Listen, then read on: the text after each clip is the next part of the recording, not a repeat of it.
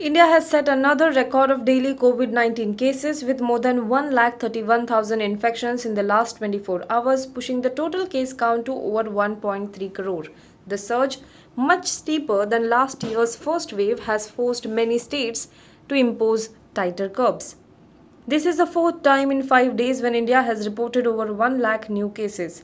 1,67,064 people have died of COVID-19 in India, with 780 deaths reported in just last 24 hours.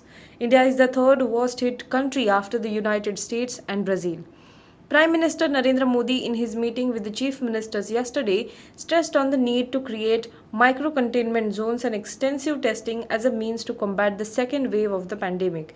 He said that states should observe a Tika Utsav or vaccine festival between April 11th and April 14th to inoculate the maximum number of eligible beneficiaries.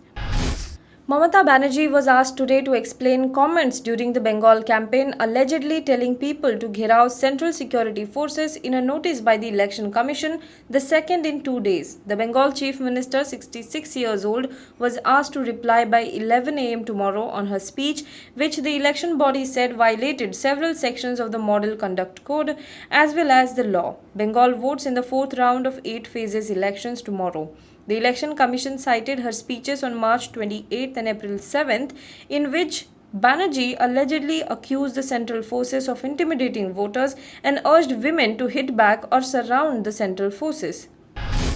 Congress leader Priyanka Gandhi today held educational administrative bodies like the Central Board of Secondary Education downright irresponsible for holding exams under the prevailing circumstances. She took the stance a day after the board assured worried students of adequate safety arrangements and the observation of all COVID-19 guidelines.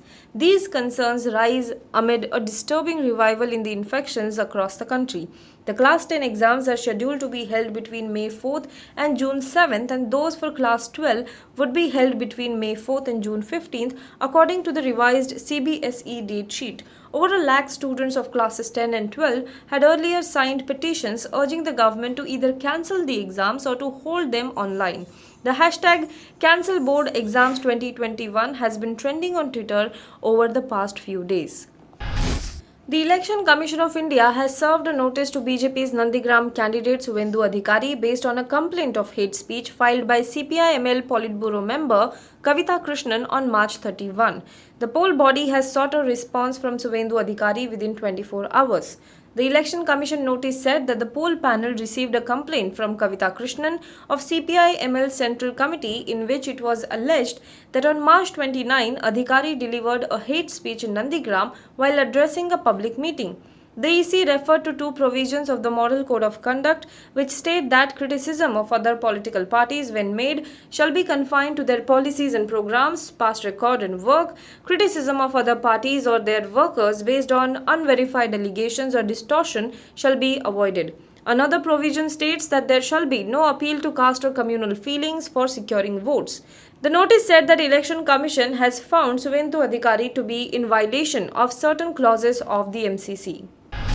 Y.S. Sharmila, sister of Andhra Pradesh CM Jagan Mohan Reddy, is likely to announce her party in a public meeting today evening. Sharmila is going to make the announcement in Khammam in presence of her mother Y.S. Vijayamma. She is gearing up to contest 2023 assembly elections, sources have said.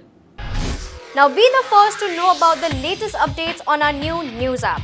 Go on your Android or iOS, search for HW News Network. Download our app, choose the language you prefer to get updates in, and be up to date with the latest news.